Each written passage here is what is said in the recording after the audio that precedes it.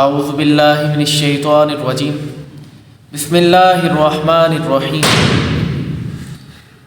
آج ہم انشاءاللہ سورۃ النساء کا مختصر سا تعارف سنیں گے اور اس کے بعد ہم انشاءاللہ ترتیب وار اپنے لیکچر کا افتتاح کریں گے۔ ہمارا سورۃ النساء کا آج مختصر سا تعارف ہے، تو یہ سورت کا سب سے پہلے مقام نزول ہمیں معلوم ہونا چاہیے کہ یہ سورت نازل کہاں پہ ہوئی ہے۔ تو یہ پہلے چیز یاد رکھیں کہ سورۃ النساء مدینہ منورہ کے اندر نبی علیہ السلام پر نازل کی گئی ہے یہ سورت، اور حالانکہ مکی دور نبی علیہ السلام کا پہلا ہے، یعنی پہلے 10 سال نبی علیہ السلام نے مکے میں گزارے ہیں، بعد میں مدینے میں آئے ہیں،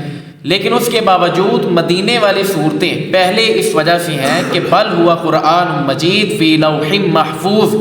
کہ اسی ترتیب کے ساتھ یہ قرآن مجید ہمارے پاس موجود ہے جس طرح ترتیب کے اندر لوح محفوظ میں موجود ہے، تو لہٰذا اس وجہ سے ہم اسی ترتیب سے پڑھ رہے ہیں۔ اور اس کے اندر 24 رکوع ہیں اور 176 آیات ہیں جو اس سورت کے اندر مکمل ہے۔ سورۃ النساء، یہ اس نساء عربی میں عورت کو کہتے ہیں، عورتوں کو، تو یہاں سے آپ کو معلوم ہونا چاہیے کہ جس سورت کا نام ہی سورۃ النساء ہے تو اس کے اندر سب سے زیادہ مسائل بھی عورتوں کے بارے میں بیان ہوں گے، اور عورتوں کے متعلق اس وجہ سے کہ اسلام ایک جامع معنی دین ہے،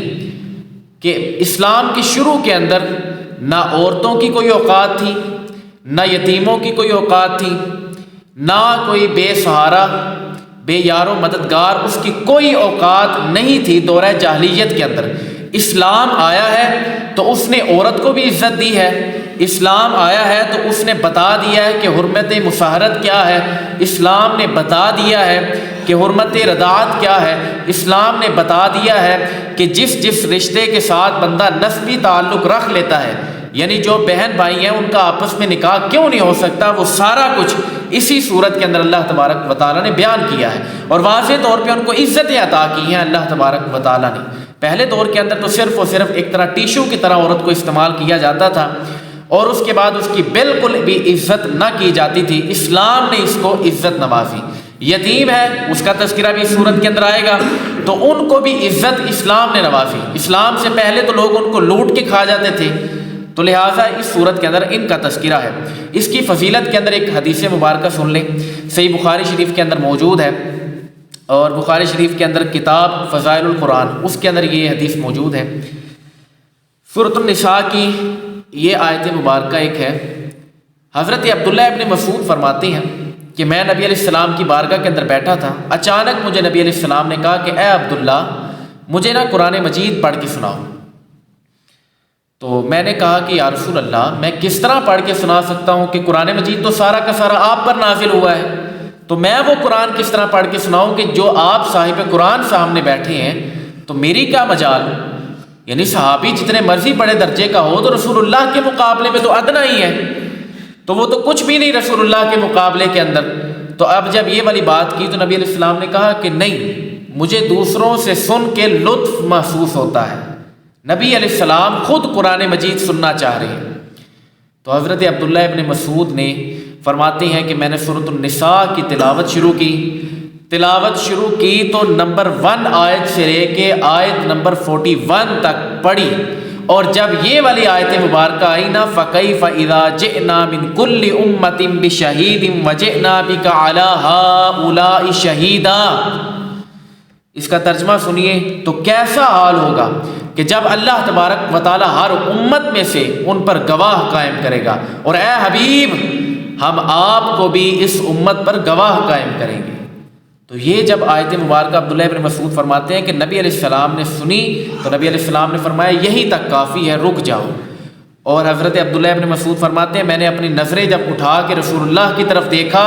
تو رسول اللہ کی جو آنکھیں تھیں وہ آنسوؤں سے تر ہو چکی تھی، یعنی کہ نبی علیہ السلام کو اتنا خوف اور اتنا اس معاملے کے اندر تھا کہ کل قیامت والے دن اس امت کے خلاف مجھے گواہی دینے پڑے گی، یعنی اس امت کے حق میں یا خلاف مجھے گواہی دینے پڑے گی اور مجھے بطور گواہ کھڑا کیا جائے گا۔ تو یہ بات یاد رکھیے گا، اس صورت کے اندر کافی زیادہ فضیلتیں ہیں۔ اور ساتھ ہی ساتھ حضرت عمر ابن خطاب رضی اللہ تعالیٰ عنہ فرماتے ہیں، المستدرک للحاکم میں یہ حدیث مبارکہ موجود ہے، فرماتے ہیں کہ سورۃ البقرہ، سورۃ النساء اور سورۃ المائدہ اور سورۃ الحج اور سورۃ النور، ان کو لازمی طور پہ سیکھو، ان صورتوں میں فرض علوم سکھائے گئے ہیں۔ یعنی جو انسان کی زندگی کے اندر فرض علوم ہیں وہ ان صورتوں کے اندر بیان کیے گئے ہیں، کہ جو بندہ دیکھیں مقدمہ تو سورۃ الفاتحہ اور سورۃ البقرہ تھی، لیکن اب اس ایمان کو مضبوط کرنے کے لیے اور بھی صورتیں ہیں۔ وہ کون سی ہیں؟ تو وہ یہ والی صورتیں ہیں کہ سورۃ النساء کے اندر احکامات اور مسائل کافی زیادہ بیان ہوئے ہیں۔ تو اس صورت کا جو مرکزی موضوع ہے وہ یتیم بچے ہیں،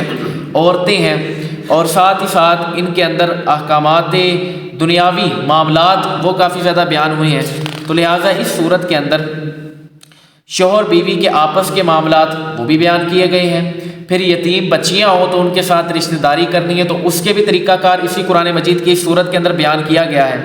پھر قاتل کے بارے میں احکام، نماز خوف پڑھنے کا طریقہ کار، یہ سارا کچھ اسی صورت کے اندر اللہ تبارک و تعالیٰ نے بیان کیا ہے۔ اور ساتھ ہی ساتھ منافقوں، عیسائیوں اور بطور خاص یہودیوں کا ان کے خطرات جو مسلمانوں کو آگاہ کیا گیا وہ بھی اس میں شامل ہے۔ غزوہ احد کے متعلق بھی اسی صورت کے اندر، یعنی غزوہ احد کا جو ڈیٹیل کے ساتھ گزرا ہے وہ تو سورۃ آل عمران کے اندر، لیکن اس صورت کے اندر چند ایک آیات آئیں گی کہ جن کے اندر اس کا بس ذکر ہے۔ اور ساتھ ہی ساتھ اور بھی موضوع کے سابقہ صورت کے ساتھ اس کی نسبت ہے۔